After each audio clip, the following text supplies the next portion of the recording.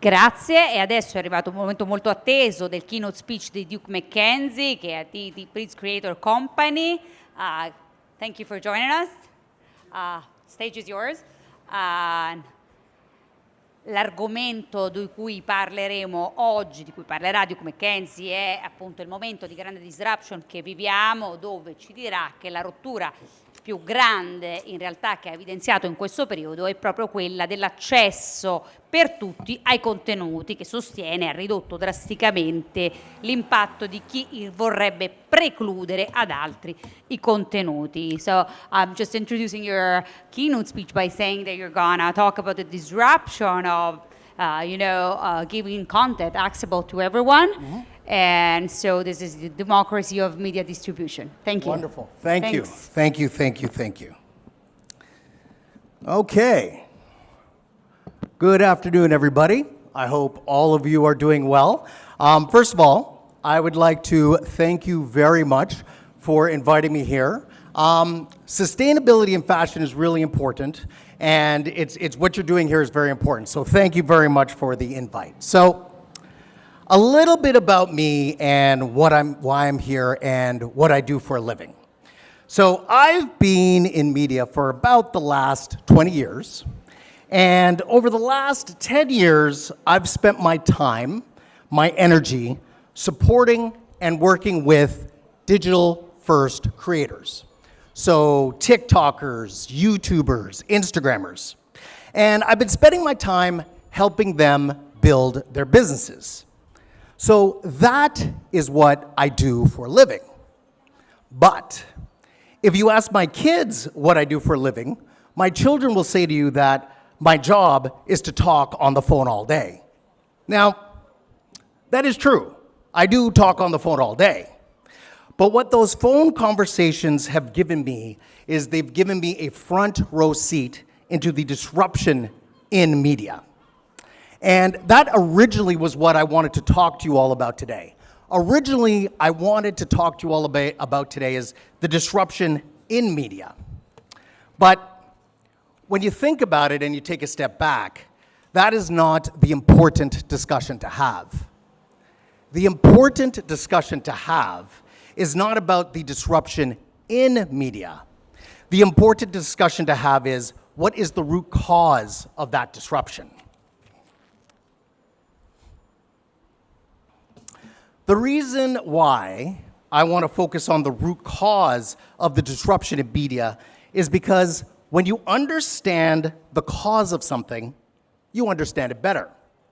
And you understand how to make it more effective for you better. And we all want to be effective when using media to deliver our messages to achieve our goal. So, with all that being said, what is the root cause of the disruption in media? Well, in my view, the root cause of all major media disruption is what I call the democratization of distribution. Now, the democratization of distribution, what does that mean? Okay. This is the formal definition that I came up with. It means the process by which the control, dissemination, and canonization of media content are transferred from traditional gatekeepers to a more diverse and informal array of creators and platforms. Now, like I said, that is my formal definition. But if you ask my wife, this definition is a lot like me. You know, it's too wordy, very nerdy, and a little bit clumsy, as I am. So let me give you something that's a little bit more relatable. How about we say that the democratization of media essentially means that many more people can now be seen by many more people without the prior approval of a select few people. Let me give you a few examples of the democratization in distribution in action, and what I mean by this. Example number one. let me introduce you to a young man, a teenager, by the name of Carter Wilkinson. So Carter's favorite food was the fast food restaurant Wendy's Nuggets, chicken nuggets. So Carter one day randomly tweeted, as all teenagers do, to the fast food chain saying, "Hey Wendy's, how many retweets do I need to get a year's supply of chicken nuggets?" A random social media intern that was temporary in the Wendy's social media department responded to Carter's retweet without any approval and said, "You need 18 million retweets." And that started off a social media frenzy in just 48 hours. 48 hours. This random teenager who just wanted some chicken nuggets got over 1 million retweets. And he became one of the most retweeted tweets of all time. A random teenager, no corporation, a random teenager and an intern did this. That's an example of the democratization of distribution. Let me give you a second example. Okay, so this gentleman here, his name is Nathan Apoka. So Nathan had a broken down truck. This was about 3 years ago. He had a broken down truck and it was taking some time to get fixed. So while he was waiting for the weeks for them to fix his truck, what he would do is he would ride his skateboard to work.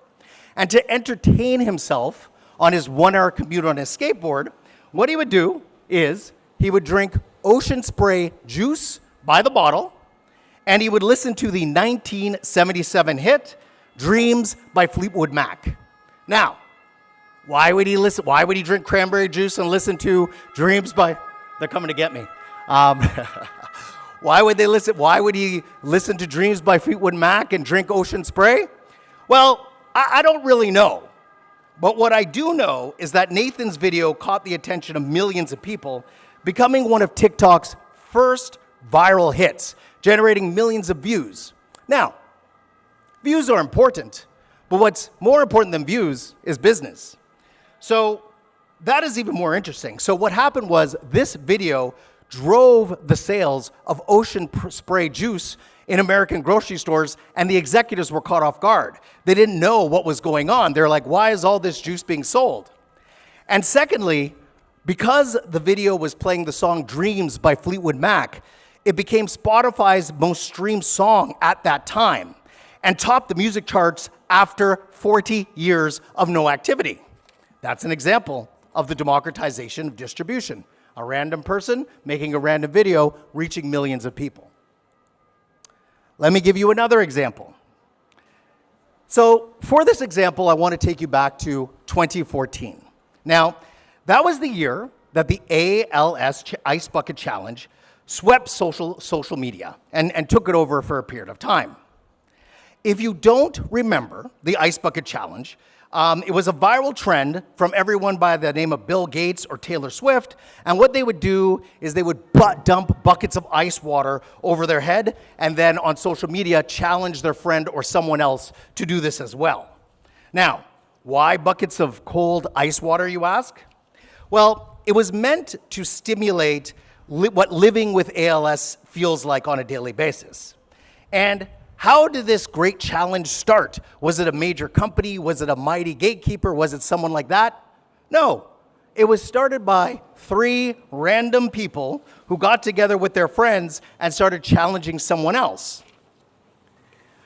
These 3 random people made the ALS challenge one of the most popular challenges in the world that year, making millions of people aware of a little-known disease because of ALS. Nobody was talking about ALS until that happened. All of these examples show how random people posting random pieces of content can reach millions of people. All of these examples that I just provided to you, they're completely different. They have almost nothing in common, different people, different situations. But what they do have in common is that they were enabled by the democratization of distribution.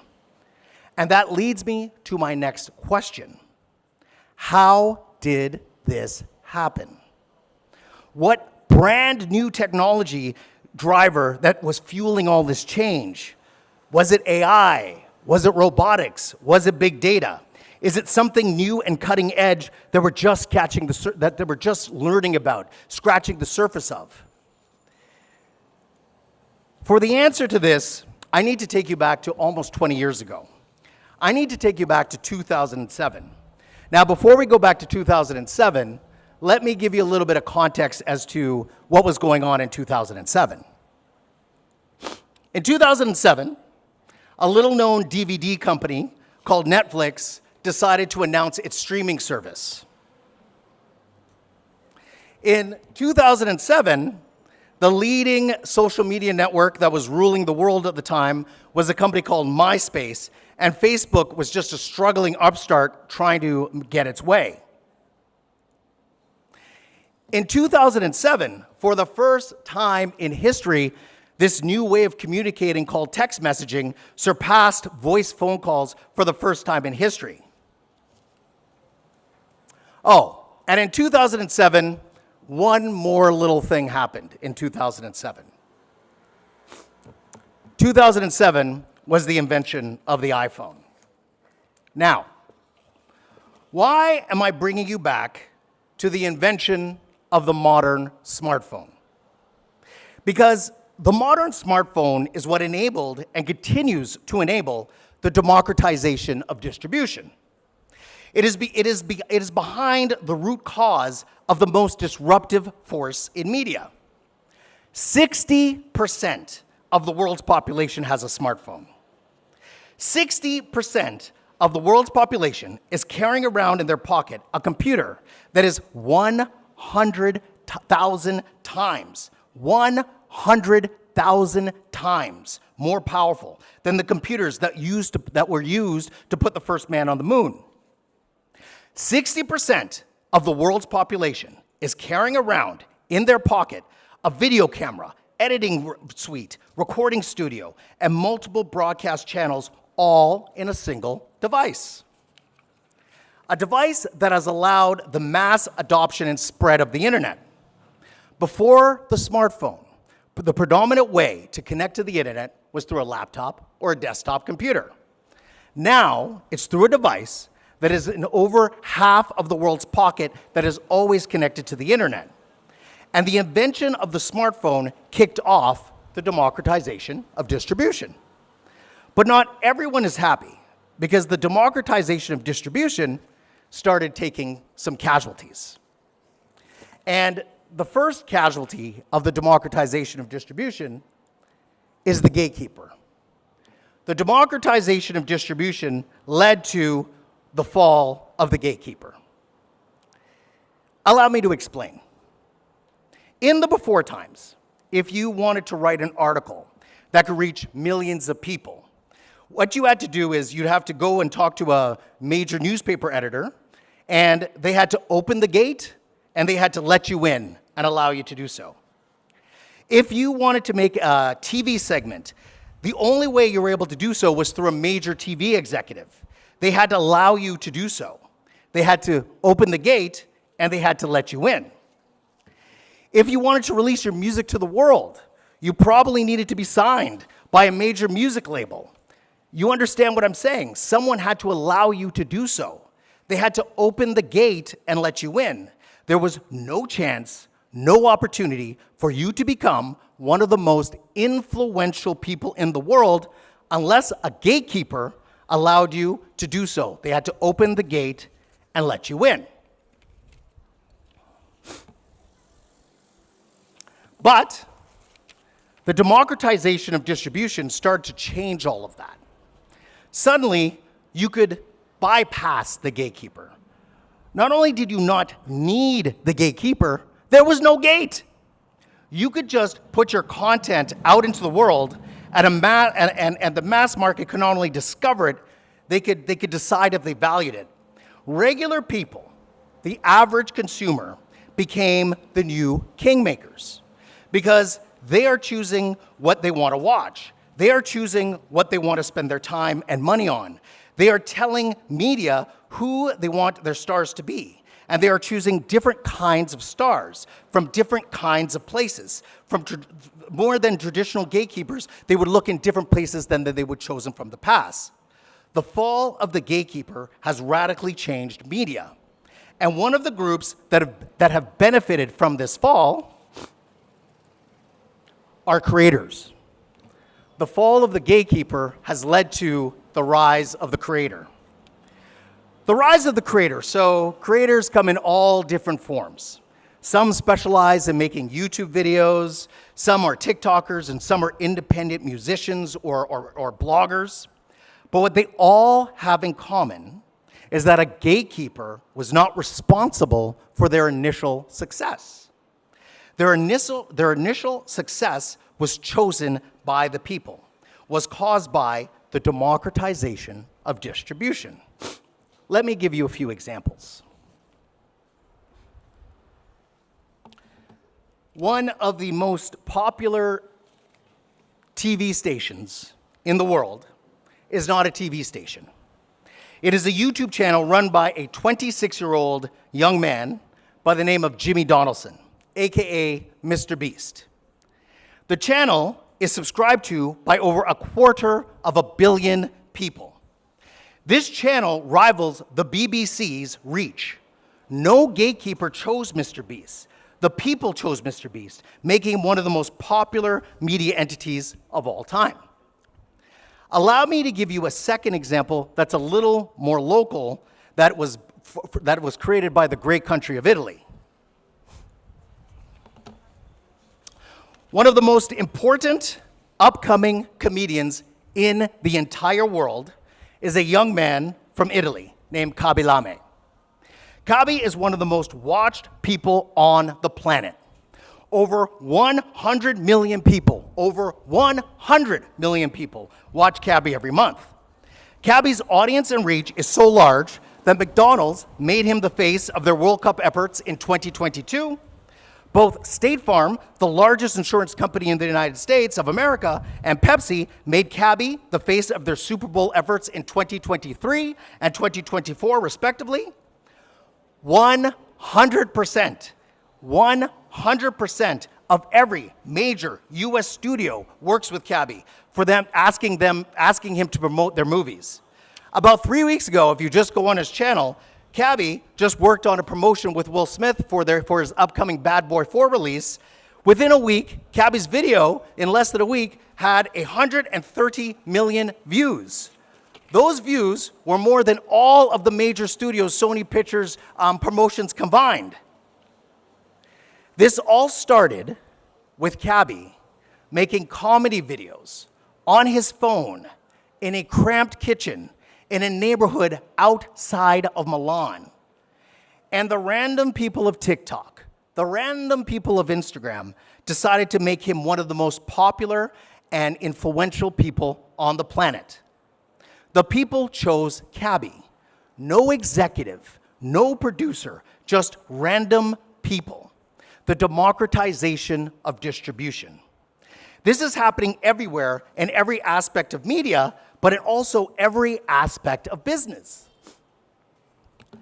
70% of teens' favorite celebrities are digital creators. Creators influence 60%, that's 60% of the purchase decisions of Generation Z. 40% of millennials say their favorite creators understand them better than their friends. The average person spends 2.5 hours every day interacting with creators. That is 10% of their entire day is spent with creators. No gatekeepers. It's decided by the democratization of distribution. So this leads me to a closing thought to all of you. And the big question here is, what does this all mean? What does it mean? The democratization of distribution is wonderful. It's putting the power of media in the people's hands. But